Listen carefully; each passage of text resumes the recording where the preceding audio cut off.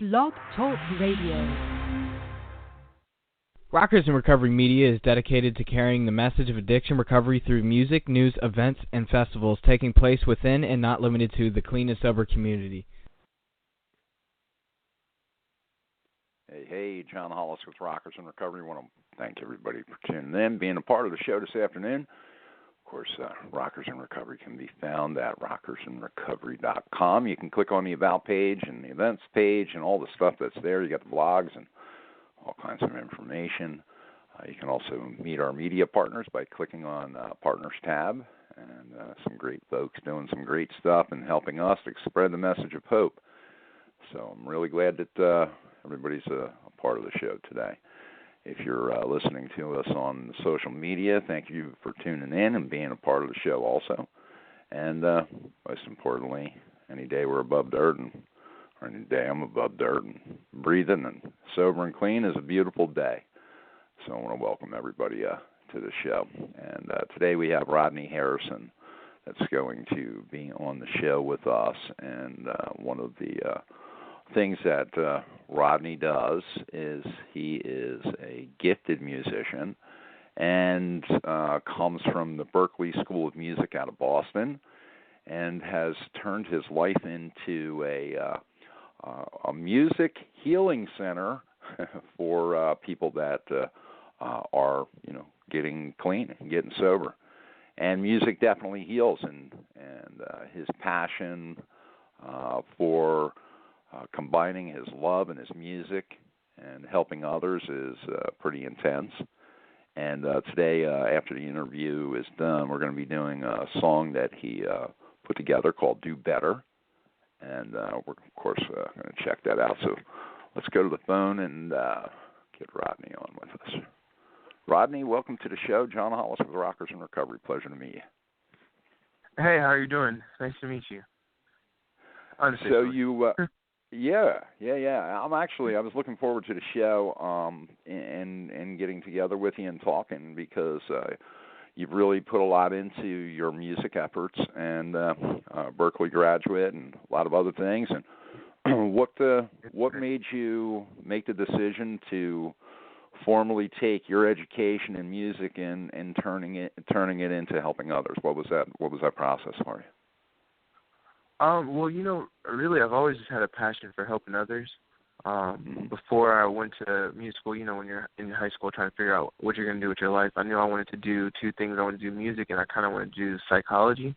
And after I got my music business degree and my master's in international business, my best friend had opened up the Treehouse, and really that was just the, God opened that door for me.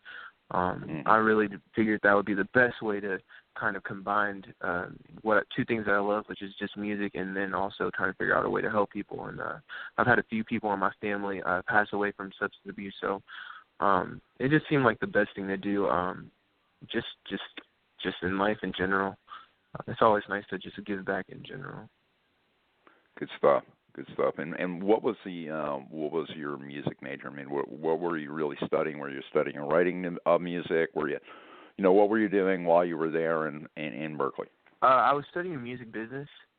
So I was really trying to figure out I knew that I wanted to perform and be a performer, but I also didn't know much about the inner workings of music and how the music business worked as far as, different people at record labels, just people that put together venues. So I went down that path of music business, and then I ended up becoming the director of the independent record label that they have there called Heavy Rotation Records. So that was probably one of the most awesome things I did because I got to put venues together, put CDs together, put shows together, and find out the real inner workings of, what it takes to really run a record label without having to put my money up for anything. Well, it's kind of a cool thing because from what I understand, you work with clients at the Treehouse, and you turn some of that music into your own label now too, correct? Yeah, absolutely. We're just trying to, really get a nice collage of the different colors of people that have been here. We'll get a lot of different people from all types of backgrounds, but that are musicians, producers, guitarists, singer-songwriters. Right now I have a few singer-songwriters and drummers, and Every now and then it just feels good to get back to doing what they loved before they got into their addiction, or being able to do it with a clear mind. So we'll just sit down and have writing sessions, and I'll get them to perform for graduations, and then I'll really just take a time to just record them, and it's really awesome to capture them in those pure moments where they're really enjoying what they love, what they've been put on this earth to do. Yeah. So as a person that is formerly not, an addict yourself, you're you're somebody that has had family members struggle and pass away from the disease. Our condolences to that. But one of the things that I ask you, from somebody from your position looking in on the addict themselves that goes through this process, what's the end process for you? Do you see that it helps them to, or helps us, because I'm an addict and recovering addict, but does it help us in the long run to be able to get our feelings and all of that on paper, and to have, hey, listen, to have some fun with it, but also in a serious manner? Yeah, it's another expressive, right? It's another way of processing things that you've gone through your life. For some people, music is the only way that they can connect to those feelings. Right now I have a client, and he's been here for maybe 4 days, and he's written a song each day, and each day has been a song about a different emotion that he's gone through since he's been here. Wow. Different things that he's realized, different things that he and his therapist have kind of drug up some emotions and some past traumas that have gone on, and he's written a song to each and every one of those. And it's really just one of those things that I try to tell a lot of the clients, that music is universal. So even if you're not a musician, you still have a passion for music. I had one client who said she didn't like music, and she ended up being the main person that wanted me to play a different song every group. So it's just a way to another way of expressing yourself without having to sometimes without having to use your own words, right? You can just listen to different songs, and I just want to know, how does this song relate to you? But for a lot of the musicians here, it's just a great way for them to get back to what they were doing before, maybe before they were addicts. I always tell them, try to go back to the 12-year-old, 10-year-old version of yourself that loved music before you knew anything outside of it, right? Before you recognized that people were watching you, or people would judge you for different things, right? When music was at its purest, and that's what they tend to do. They go back to that 10-year-old version of themselves, and while they're here and they're sober and then enjoying the wildlife in the middle of nowhere in Texas, all they have time, really, all they have is time. So they usually take that time and be very productive and kind of find themselves, but reflect a lot as well in their music. Do you find it's almost like a journaling experience too? So yeah. It's like combining that journaling experience along with, writing music. Yeah, absolutely. That's exactly what it's like. And for a lot of them, I have a lot of poets as well, but for a lot of them, I'm like, it doesn't have to make sense right now. I just want you to just somehow get back to what you were doing before. Just jot it all down, and then we'll make sense of it later in a week or two, right? They're here for 30 days. It doesn't have to have any type of shape, form, but just throw it all down there, vomit it onto the paper, and then we'll work on kind of trying to format it into a song if it's not already one. And at the same time, you have a mixture, right? So you could have anybody from hip hop to soul to somebody that deals with country to somebody that's a rocker.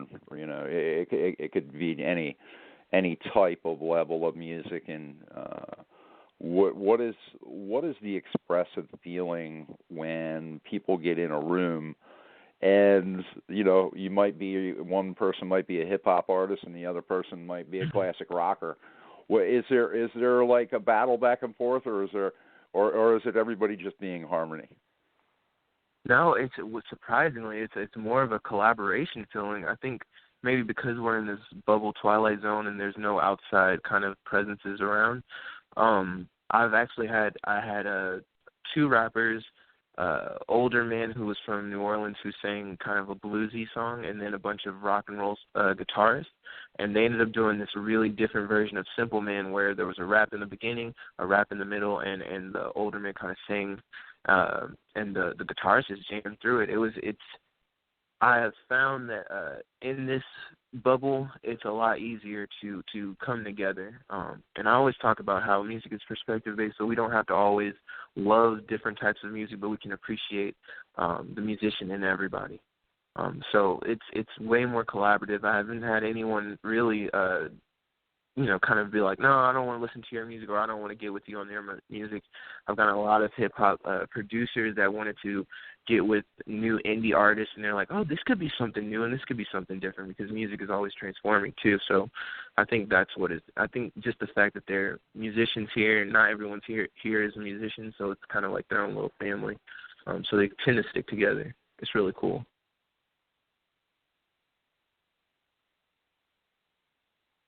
Uh-oh. Hello? Hello? Yeah, give us a little background on the Treehouse. Say it one more time. Give us a little background on the Treehouse. Oh, okay. The Treehouse has been around for about 3 years. It's coming up on its third year this February. I want to say February 13th. But the premise that they've started themselves on is basically mind, body, and spirit. And I think the main thing that differentiates them between a lot of different rehabs is they're willing to meet you where you're at. They're not going to tell you to do it one way or the other. They want you to kind of find which way works best for you. So we have a lot of, and also we also have Smart Recovery and Celebrate Recovery, CAAA, NA. I'm trying to think. We have a lot of art expressive groups, music expressive groups. We have a zip line out here that is, me personally, I like to be on the ground, but for everyone that doesn't mind zip lining, basically we have kind of just a crazy zip line around the campus, and really it's more so to get you to overcome that anxiety and that nervousness and kind of take that step. I think we say take a step into recovery, but it's kind of getting you to learn to take that step in faith. We have some faith-based recoveries. So we try to, CBT and DBT as well, we try to really meet you where you're at. We don't want to tell you one way or another way. We want you to find the best way that works best for you. And that's what makes this place, I think, really special and made it a great place to just want to stay, It's in the middle of Texas, so there's nothing but farmland around. We're developing, we're finishing up a barn out here, so we're going to have equine therapy as well. So they're really trying to kind of stretch the limits on whatever you think that would help you get to a place that you could better yourself. They want to meet you there. So that's a few things that make this place a little bit different and make them pretty special. It's an inpatient as well. Beautiful stuff, man. Oh, sorry. Actually, that's a lot of modalities. That's a lot of modalities also, helping a lot of people. Yeah, it's an inpatient. It's 30, 60, 90, and 120 days. And so it's just, we'll have clients that, they go through the motions when they first get here, and the first week they don't want to be here, or they're still detoxing, and the second week they think they've got it all, and then by the fourth week they don't want to go home. So we'll try to stretch it out and give them as much time as they need while they're here, so that they can really figure out who they are as a person, and who they want to be. And help them get there. Or if you're tuning in, Rodney Harrison is on the line with us, and he's from the Treehouse. And where is that located in Texas? It's in Scurry, Texas. It is not too far from Dallas. I want to say maybe 45 minutes. I'm from Houston, so I'd never heard of Scurry in my life. And then when I drove out here for a job interview, I was a little nervous. Because it gets a little desolate and a lot of trees and horses. But, at some point you run into this beautiful, I think it's 80 acres, 62 acres of land, and they're just continuously building and trying to make more things that we can just help these clients with. Yeah. It's kind of cool because you can go to their website. It's treehouserehab.org. You can check that out. You can also call if you wanted to speak with Rodney and get to know him better. You can call him at 469-721-6621. And, of course, if you have any questions or anything that has to do with the music that we've been talking about or what we're getting ready to play, you can give him a call again, 469-721-6621. 888-866-6621. Rodney, before we go out and go into this song, tell us a little bit about Do Better. Do Better, I wrote with my best friend Adrian Griffin, and it's really we're working on an EP, and it was just kind of this. I wanted to make a journey type EP, and the song is basically about a man that I think every person has been here, where you might mess up every now and then in your relationship, and sometimes your girlfriend or your wife or your significant other is tired of you saying that you're going to do better. So this is that last plea that you'll do better. So that's what the song is about. Very cool. I want to welcome you again to the show and thank you for being on. And I want to, of course, give a shout out to all of the people at Addiction Campuses, which you are a part of, and yes, sir. And that's great stuff. They're great people up there in Nashville, and you guys got several different locations, of course, that you can go to and for treatment around the country. Correct? Yes, sir. It's we have ours in Scurry, Texas. We have one in Mississippi. We also have one in Massachusetts, in Ohio, and Nashville. And you can also check out their website at addictioncampuses.com.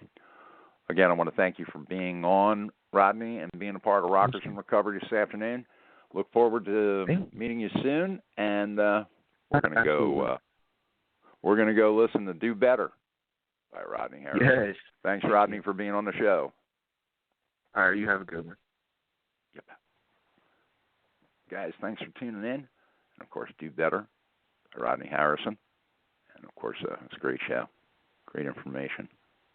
And we'll look forward to being back on the air with you tomorrow.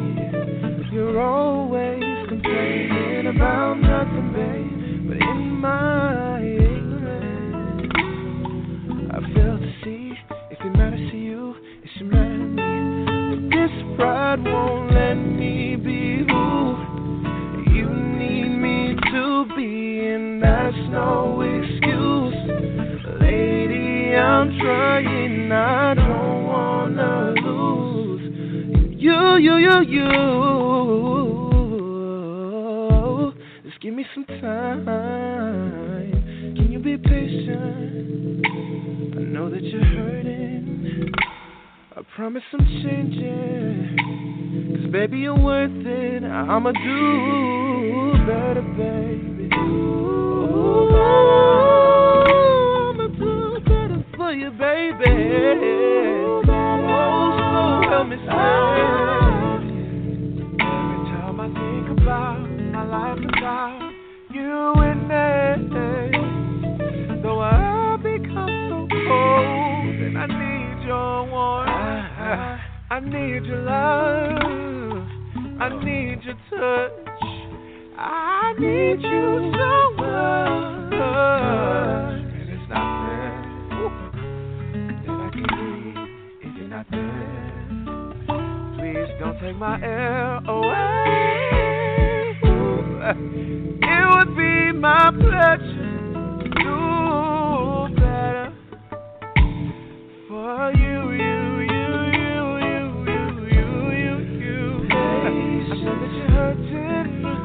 I promise to change. Maybe you're worth it. I'm worth it. You gotta have patience. I know you're hurting. Change. Oh, patience. I know you're hurting. I know you're hurting. Promise I'm changing. 'Cause you're worth it, worth it, worth it, worth it, worth it. I'm gonna do better. I'm gonna do.